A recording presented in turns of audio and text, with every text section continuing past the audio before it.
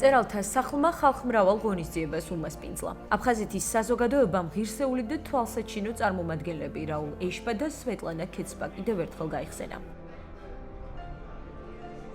ეთნიკურად აფხაზი თანამემამულეები რაულ ეშპა და სვეტლანა ქეცბა თავიანთი ცხოვრებით, მოღვაწეობით იყვნენ მაგალითი იმისა, თუ როგორი უნდა იყოს ამ ქვეყნის ჭეშმარიტი მოქალაქე.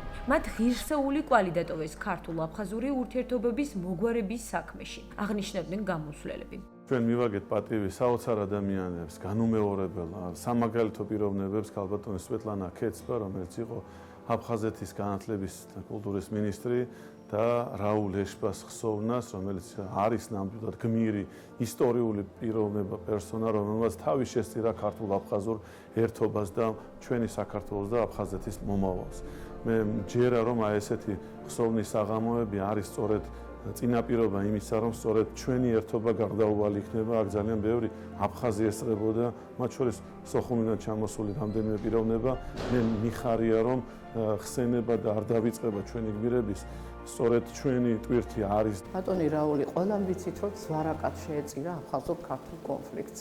ის ბოლომდე იდგა ქართველების გვერდში და მისი სახელი უკვდავი იქნება ქართულ საზოგადოებაში.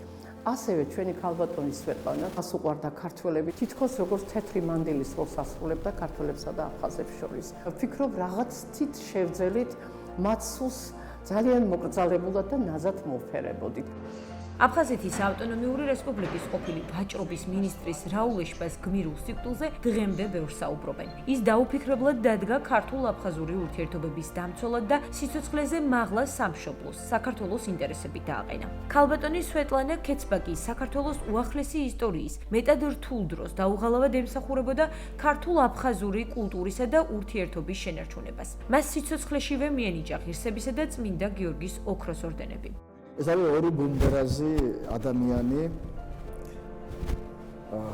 აფხაზეთის ღირსეული შვილები, სრულიად საქართველოს გამორჩეული შვილები, რომლებმაც უდიდესი კვალი, ღრმა კვალი დატოვეს ჩვენი ქვეყნის ისტორიაში. ძალიან კარგად ვიცნობდი ამ ოჯახს და ვიყავი ძალიან ახლოს, განსაკუთრებით მის მეუღლესთან დალი ეშპასთან, რომელიც იყო ჩვენი მუსიკალური სასწავლებლის მასწავლებელი, არაჩვეულებრივი პედაგოგი და პიანისტი.